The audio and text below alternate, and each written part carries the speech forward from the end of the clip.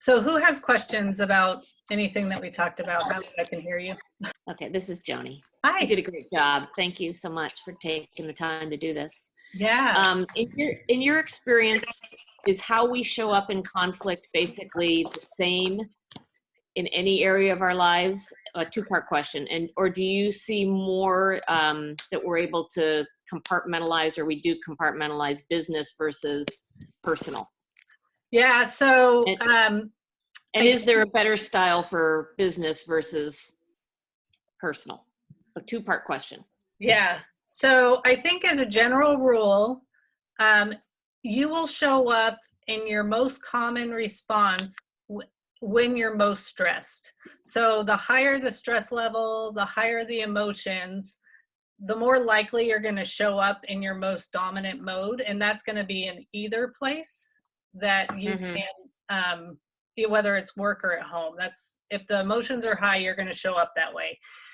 Where you may have more control over yourself and intervening in your own behaviors and kind of recognizing in a work situation, you've maybe built some muscles to show up differently because you work differently at different places, and you know that being in a competing mode at work might not work with the people you work with. So I think that people can practice behaviors that way and might show up differently at different times, but I really think it depends on the level of emotion and stress involved at any time. Does that help? It does.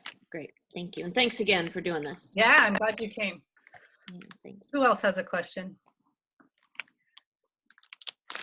Hi, Patrice, it's Avril. Hey. Thanks for putting this on today. It's all great information. My question is, for in today's times when we're all working from home and now we're doing things and we're on Microsoft Teams and Skype and all this kind of stuff, sometimes your tone is read a little bit differently, if you're not on video and it's just all via email or texting or what have you. Yeah. What do you do in that situation when it's a little bit more difficult to resolve a conflict, or you feel like you're not being heard correctly? Do you have any tips for that? Well, I think you said part of it is that working virtually, anytime you can be on video, you're going to be able to build a relationship stronger than if you're just dealing with email and phone calls, because you don't feel as much of a connection with somebody. So if you can look somebody in the eye and see their body language, you'll be able to read them better. So conflict can definitely occur more if you're not on video. So the only other thing I would say about that is if you're using email exclusively, read through it and try and put yourself in their shoes to see how they might read it differently. If they're a sensitive person, go through it and look at it and say, is there anything in here? Did I write it in all caps? Am I, whatever it is. What is it that they could be reading in here, and trying to step outside yourself and see it from their point of view. All right.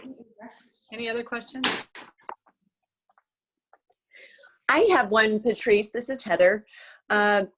And I did put a comment in, by the way, to see if we might be able to get copies of those individual slides or to be able to see them again, because I noticed that I think I've used almost every style of conflict resolution, depending on, like you said, the situation, whether it's work or personal, and the stress levels and just different stages of life. But my specific question is, do you think that our tendency to use one style over another could also be affected by our comfortability or intimacy with an individual?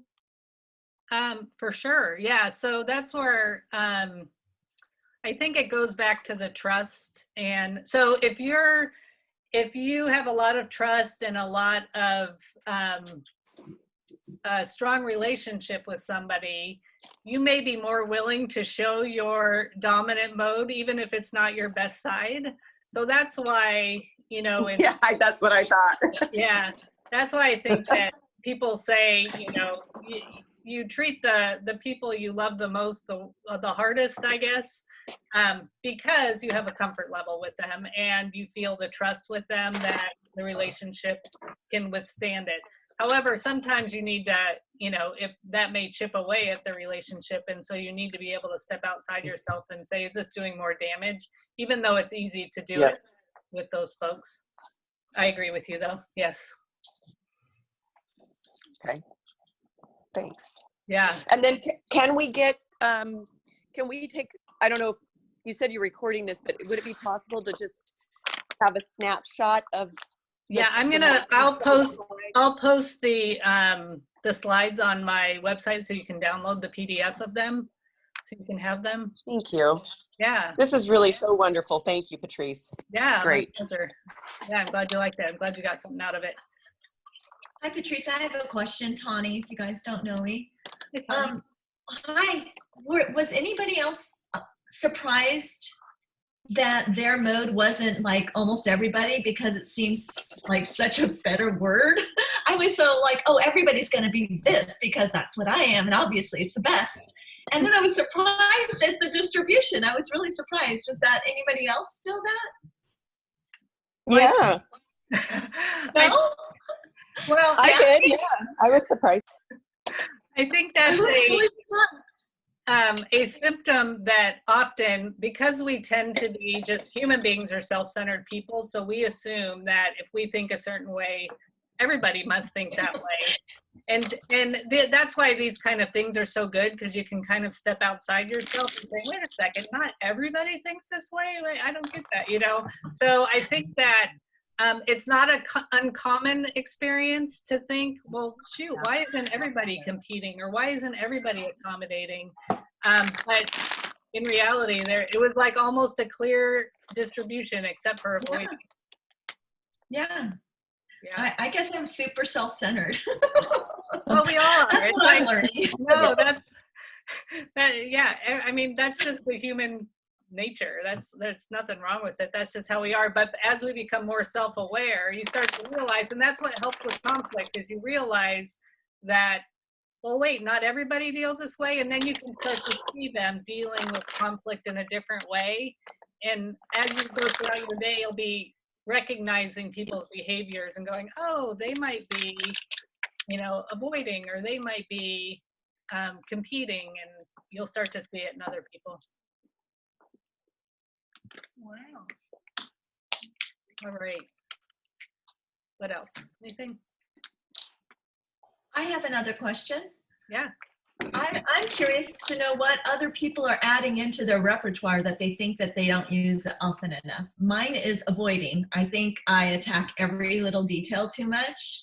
And so that's the thing that I am going to try to, what did you say? Establish my maturity by intervening. Yeah, intervening in your behavior by. Yes.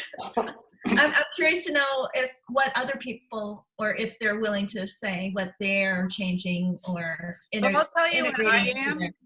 am. So when I actually took the assessment, so I am super accommodating. Like when that phrase at the top of the one slide that said, I'm happy to help, or whatever it is, how can I help? Or I say that like that's a common thing that comes out of my mouth. I'm very accommodating. So I think competing is probably something that I have to practice more and build that skill, just so that I don't get taken advantage of, because I am willing to help, and I actually get something out of helping people. So but sometimes it doesn't serve me. So I would say competing is probably something I can get better at. Anybody else? I think that this is Heather. I'm like you, Tawny, sometimes will avoid because I have more of a dominant style, or I did, as a younger kid, being the oldest of 4. And then with work, I had to do that, being, in leadership. But in between, I'm also very accommodating.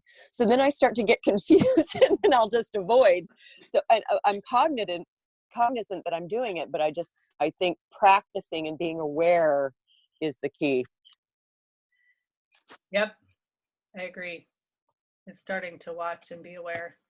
Hey, Patrice, this is Holly. I just want to add that recently I started avoiding more in my career. which sounds negative, but in actuality, it's not, because as was just pointed out, there are certain situations that deserve a pause or avoidance for a day or two to see if things kind of work themselves out or kinks kind of unwind. And it's been very effective, and trying to balance that with the competing and the collaborating has been really helpful for me. And I love that that was called out in this presentation, because I wasn't really conscious of why I was doing it or what I was doing. And seeing this matrix and how it was presented was really helpful from a behavioral standpoint when it comes to conflict situations. So thank you for that.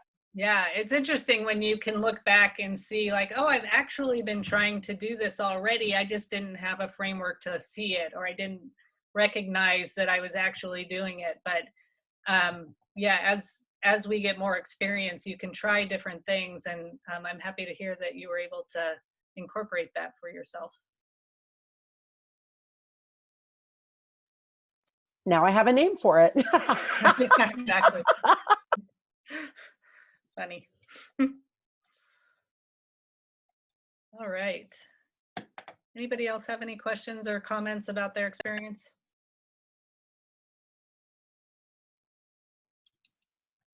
All right.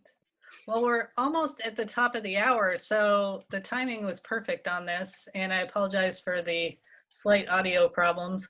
But thank you so much for taking the time to do this with me. This was really fun for me to do, and I've always wanted to do something, and this was just a good time to do it with everybody being in a different situation, and I thought that I could use my skills to help. So thank you for indulging me. And again, if you have any questions or want to reach out to me, if you want to take the assessment, I can help you with that. But again, not necessary if you feel like you got all this out of that. And I will post the slides like I told Heather. And yeah, just let me know. And I appreciate it.